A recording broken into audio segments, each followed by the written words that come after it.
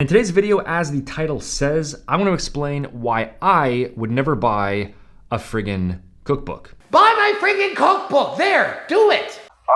It's a no for me, dog. If you want to buy a friggin' cookbook, then by all means, buy a friggin' cookbook, but this is why I would never buy a friggin' cookbook, and why I think for the vast majority of people, a high-priced cookbook is just not the best purchase, let's say. And I'm also gonna share a list of places that I would recommend going instead if you're looking for high-quality, great-tasting, macro-friendly recipes for free.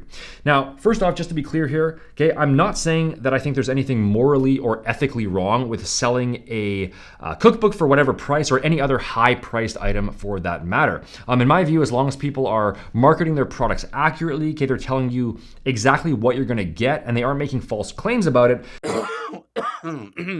then I think that people are free to sell whatever they want for whatever price they want, because at the end of the day, nobody's being forced to buy anything, and it's the consumer's choice in terms of how they want to spend their money. If someone wanted to offer their cookbook for $1,000, I would obviously consider that to be a completely insane price, but I wouldn't have any problem with it from a pure moral standpoint, again, as long as the marketing was accurate. Now, some people might disagree even on that. Let me know in the comments what you think. But when it all comes down to it, for some people, money just isn't as much of an issue. And people also buy things for the branding, right? They just get value from the idea of purchasing something from someone who they're a fan of, or feeling like they are part of a certain group or a certain identity. Praying harder than last time. That's why people shell out huge amounts of money for designer clothing, or why they might buy a six-figure sports car or whatever else. Personally, I'm not really a fan of spending money in those ways, and I think the general practice of fanboying over fitness YouTubers is probably not the best mindset to fall into in general. But it just is what it is. Now, at the same time, just like people are free to sell their products at whatever price point they want, the marketplace is also free to give its feedback on those products and those price points. And if they think that it's ridiculous to charge in excess of $100 for an online cookbook full of fairly straightforward recipes where you can easily find comparable options for free, then they are allowed to say that as well. No, I'm gonna pass on that one. And I would say that in terms of what you're actually getting as far as the direct utility goes, it just doesn't make sense to buy a high-priced cookbook, assuming you're an average person and where that money genuinely means something to you. Now, the first and most obvious reason is because, like I mentioned before, you can already easily access a practically endless number of high-quality fitness recipes online for free. And not only that, but going that route is actually going to be advantageous in certain ways, which I'll explain here in a second. But first off, there are entire YouTube channels that are basically dedicated to putting out fitness recipes. For example, this one here is really good. The Protein Chef, he's been around for quite a while, and he's got over 500 videos that you can browse through. High protein baked oatmeal, spicy bacon cheddar burgers, banana bread mug cake, crispy coconut chicken strips. This here is another channel that I became aware of recently, Exercise for Cheat Meals. Tons of great options there. Anabolic cookie dough, Reese's protein ice cream, anabolic pan pizza, low-calorie McChicken. For those who have been around since the OG YouTube fitness days, you might remember a guy named Michael Corey who doesn't really post anymore, but you can check out his old channel, Lean Body Lifestyle, which has tons of great recipes. Protein pancakes, cinnamon rolls, chocolate protein muffins, buffalo chicken wings. There's also Fit Men Cook, tons of good stuff there. And there are also plenty of other channels out there as well that do recipes if you just search for it. Reddit is also another option. There's a really good subreddit at r/volume eating with almost 100,000 members. It gets posted in pretty frequently with plenty of low calorie dense meals to choose from.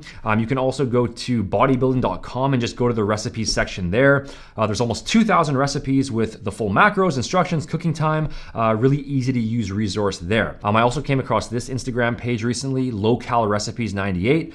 Plenty of free recipes there to check out as well. Or the other very simple option, if there's a specific type of meal that you want, but you're looking for a higher protein, fitness adapted variation, you can just go to Google. So punch in search terms like high protein, bodybuilding, healthy, low calorie, and then just plug in whatever recipe you want after that. For example, high protein waffles, high protein pancakes, high protein muffins, bodybuilding cookies, bodybuilding pizza, bodybuilding oatmeal, low-calorie burger, low-calorie quesadilla, low-calorie ice cream, healthy chicken strips, healthy fajitas, healthy poke bowl. Okay, very, very easy to do that. And you can also just punch those same searches into YouTube as well, and you're gonna get plenty of results. So those are just a few options of many. I'll link them all down below in the description box. And if there's a specific recipe resource that you personally use, or even just a go-to recipe that you're a big fan of, then feel free to share it in the comments down below. And I know that the title here says why I'd never buy a freaking cookbook, but just for research purposes and to be fair, I did go ahead and purchase the main cookbook in question here that most people are aware of, just so that I could be objective about it, just to make sure that there weren't any revolutionary magical recipes in there that would blow my mind and change my opinion. And overall, the recipes seem okay. Like, it's not a bad cookbook. There is some decent stuff in there. I would say that there are a handful of oddly basic recipes as well though. For example, 2 pieces of bread with ground beef and gravy inside, or salmon and cream cheese on top of a rice cake, or a basic grilled cheese sandwich but just using higher protein bread. Or actually, this one here is my personal favorite recipe, which is a store-bought veggie hot dog in between 2 slices of bread with ketchup and mustard.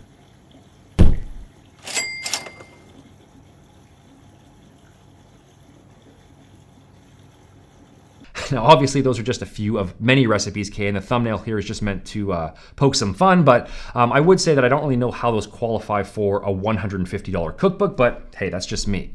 I won't go into the specifics on the more detailed ones because obviously I'm not gonna share a paid product, and I don't wanna get a copyright strike here. All in all, I'd say that the cookbook is okay. However, there's really nothing special about it that justifies the price, in my opinion. It's really just okay. I looked through the entire thing and it's mostly fairly basic, straightforward stuff, the kind of stuff that you can easily find elsewhere without shelling out that kind of money.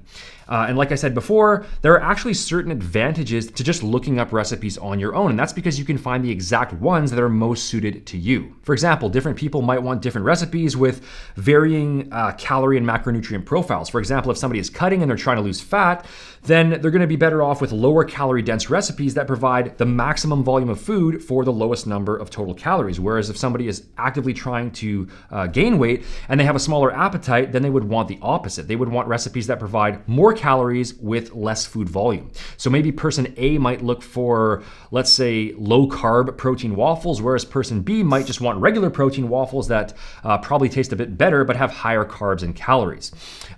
Complexity is another factor. Some people want the simplest and the most straightforward recipes possible with just a few ingredients, whereas for others who are more into cooking, they might enjoy making something more elaborate. So if you want something really simple, you could specifically search for that. You could search easy bodybuilding brownies or simple healthy stir fry.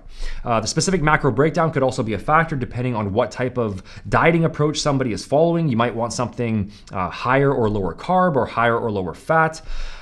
Ingredient availability could be a factor, and just the actual selection of recipes themselves. You know, if you buy a pre-made cookbook, then there's probably going to be a bunch of recipes in there that you don't really have any interest in or that you just don't like. Whereas if you just go to a YouTube recipe channel or a recipe blog or an Instagram page or a Reddit thread, then you can just scroll through and find the exact recipes that you're interested in. And then on top of that, another big one is that you also have the benefit of user feedback. So you can look up a given recipe and you can just see what people generally think about it. You know, if tons of people are raving about a certain recipe, then there's a good chance that you're probably going to like it too. If you search on Google, you'll find a lot of recipes that have actual user ratings attached to them. If it's on Reddit, you can find the most upvoted ones. And you'll also see a lot of people giving feedback in terms of certain things that they liked or didn't like about it, or certain modifications that they might have made to improve it. Hope you found this helpful. Don't forget to grab your free training and nutrition plan from me over at seannell.com/custom. The link is up here as well as down below in the description box. Just fill out the short form on that page and I'll get back to you in a few days with a structured step-by-step plan that you can follow based on your current condition and your goals. And that also includes a free bonus PDF with 20 of my own favorite fitness recipes all laid out for you. Here's 2 more videos I'd recommend watching now. Thanks for watching the video, guys, and I will talk to you again soon.